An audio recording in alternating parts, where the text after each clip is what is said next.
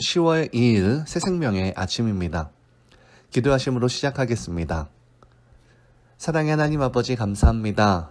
우리의 인생의 주관자 되시며 이 세상을 여전히 다스리고 계신 주님, 오늘 이 하루도 주님께 맡깁니다. 하나님의 그 뜻으로부터 벗어난 우리의 욕망과 뜻을 오늘 이 하루 깨닫게 하시고 또한 돌이키길 원합니다. 선하신 하나님의 뜻에 동참하게 하시고 이 세상의 어떤 귀한 것보다 그 하나님의 존재에 만족하며 기뻐하며 그 사랑의 풍성함이 가득한 오늘 이 하루 되게 하여 주시옵소서. 예수님 이름으로 기도드리옵나이다. 아멘. 오늘 함께 보실 말씀은 예레미야서 14장 1절에서부터 12절까지의 말씀입니다. 예레미야서 14장 1절에서 12절까지의 말씀입니다. 가뭄에 대하여 예레미야에게 임한 여호와의 말씀이라. 유다가 슬퍼하며 성문의 무리가 피곤하여 땅 위에서 애통하니 예루살렘의 부르짖음이 위로 오르도다. 귀인들은 자기 사환들을 보내어 물을 얻으려 하였으나 그들이 우물에 갔어도 물을 얻지 못하여 빈 그릇으로 돌아오니 부끄럽고 근심하여 그들의 머리를 가리며 땅에 비가 없어 지면이 갈라지니 밭 가는 자가 부끄러워서 그의 머리를 가리는도다. 들의 암사슴은 새길에 나와도 풀이 없으므로 내버리며 들 나귀들은 벗은 산 위에 서서 승냥이같이 헐떡이며 풀이 없으므로 눈이 흐려지는도다. 여호와여, 우리의 죄악이 우리에게 대하여 증언할지라도 주는 주의 이름을 위하여 일하소서. 우리의 타락함이 많으니이다. 우리가 주께 범죄하였나이다. 이스라엘의 소망이시요 고난당한 때의 구원자이시여, 어찌하여 이 땅에 거류하는 자같이 하룻밤을 유숙하는 나그네같이 하시나이까? 어찌하여 놀란 자 같으시며 구원하지 못하는 용사 같으시니이까? 여호와여, 주는 그래도 우리 가운데 계시고 우리는 주의 이름으로 일컬음을 받는 자이오니 우리를 버리지 마옵소서. 여호와께서 이 백성에 대하여 이와 같이 말씀하시되 그들이 어그러진 길을 사랑하여 그들의 발을 멈추지 아니하므로 여호와께서 그들을 받지 아니하고 이제 그들의 죄를 기억하시고 그 죄를 벌하시리라 하시고, 여호와께서 또 내게 이르시되 너는 이 백성을 위하여 복을 구하지 말라. 그들이 금식할지라도 내가 그 부르짖음을 듣지 아니하겠고 번제와 소제를 드릴지라도 내가 그것을 받지 아니할 뿐 아니라 칼과 기근과 전염병으로 내가 그들을 멸하리라. 아멘. 오늘 본문이 되어지는 14장부터 이제 20장까지 유다에 대한 그 예언 3부가 시작됩니다. 이 부분은 토기장이가 잘못 만들어진 그릇을 깨뜨리듯 하나님께서는 죄악으로부터 돌이키지 않는 그 유다를 멸하실 것이다 라고 하는 그 내용을 다루고 있는데요. 예레미야가 하나님의 선지자로서 유다 백성들의 죄악을 지적하고 하나님의 심판으로 임하게 될 여러 가지 재앙을 선포하지만 자신의 민족을 향한 중보기도를 하지 말라고 하시는 하나님의 말씀에도 불구하고 계속해서 그들을 위해 중보기도를 드리는 장면을 볼 수 있습니다. 오늘 본문을 통해서 우리는 언제 하나님이 우리의 기도를 듣지 않으시는가에 대해서 집중적으로 살펴보기를 원합니다.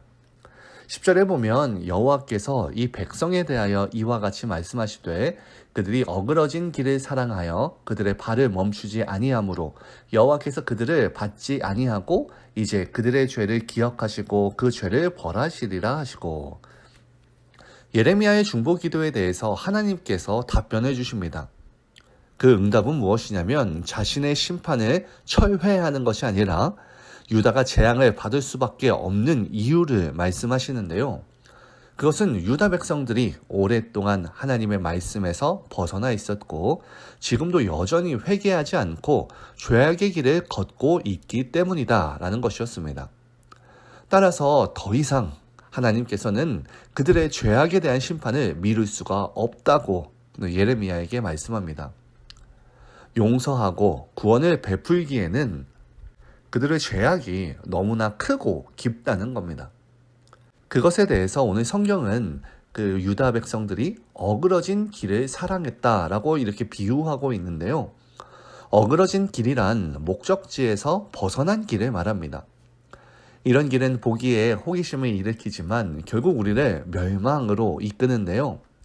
성경에서 죄의 그 원어로 사용되어지는 히브리어인 하말티아는 활을 쏘아서 관역에 맞추어지지 않은 그 모든 벗어난 활의 상태를 말합니다. 곧 하나님의 뜻과 방향 그리고 그 목적에서 벗어난 것이 모두 죄다라고 하는 의미입니다. 요즘에도 이 세상은 새로운 것, 신선한 관념, 좋아 보이는 방법들이 있지만 이 모든 것에 대해서 우리는 신앙인의 기준인 이 말씀을 통하여서 항상 점검하는 것이 필요합니다.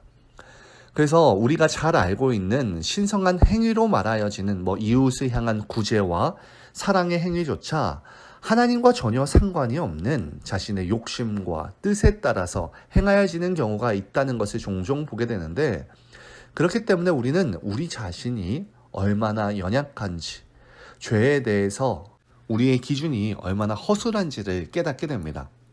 그러므로 우리는 매일을 하나님의 그 시선과 그의 말씀으로 점검하며 살아가야 합니다. 그래서 우리 믿음의 선배들의 말처럼 개혁된 교회는 항상 개혁되어져야 된다라고 말을 하는데요.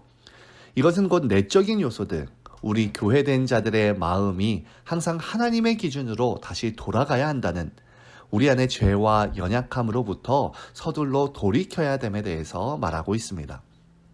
만일 우리가 그러지 않고 오랫동안 죄의 관성대로 우리 자신을 그렇게 흘러가게 놔둔다면 결국 하나님께서는 그들의 중보기도를 거부하시고 재앙으로 그들을 내몰 수밖에 없게 됩니다. 이번 11절과 12절을 보면 여호와께서 또 내게 이르시되 너는 이 백성을 위하여서 복을 구하지 말라. 그들이 금식할지라도 내가 그 부르짖음을 듣지 아니하겠고 번제와 소제를 드릴지라도 내가 그것을 받지 아니할 뿐 아니라 칼과 기근과 전염병으로 내가 그들을 멸하리라. 이제 하나님께서는 유다 백성들이 크게 의지하고 있었던 그들의 종교적인 의식, 곧 금식이나 번제 따위의 그런 외식적인 형식과 그런 거짓된 종교 생활을 쓸모없는 것으로 치우치게 하십니다. 그 이유는 그들의 죄에 대한 완고함, 그들의 완악함, 그것이 얼마나 거센지에 대해서 말씀하고 계신데요. 제가 예전에 유럽 여행을 할 때 참 신기한 장면을 보았었습니다. 그날이 8월 1일, 스위스의 국경일로서 그 연방 창립일이었는데 어떻게 그때에 스위스 베른이라는 곳을 지나게 되었습니다. 그 베른이라는 곳에는 그 도시를 관통하는 하나의 큰 천이 하나 있는데 멀리서 보니 신기하게도 사람들이 홍수에 다 떠내려가고 있는 것처럼 보이더라고요. 며칠 전에 비로 인한 그 홍수가 난 건지 도저히 궁금해서요. 그곳까지 걸어갔고 근처로 가니까 그 이유를 알게 되었는데 자신들은 이 국경일에 이렇게 다리에서 호수로 떠내려가는 것이 그런 전통적인 그런 축하하는 방식이라고 하더라고요. 제가 그 말을 듣고 젊은 나이에 나는 수영도 할 수 있고 안 하고 가면 나중에 후회할 것 같아서 같이 간 형들에게 나는 뛰어들겠다 하며 결국에는 가진 짐을 맡기고 우통을 벗고 그 강가로 뛰어듭니다. 낭만적이라고 생각했던 그 일은 사실 하면은 안 되는 일이었습니다.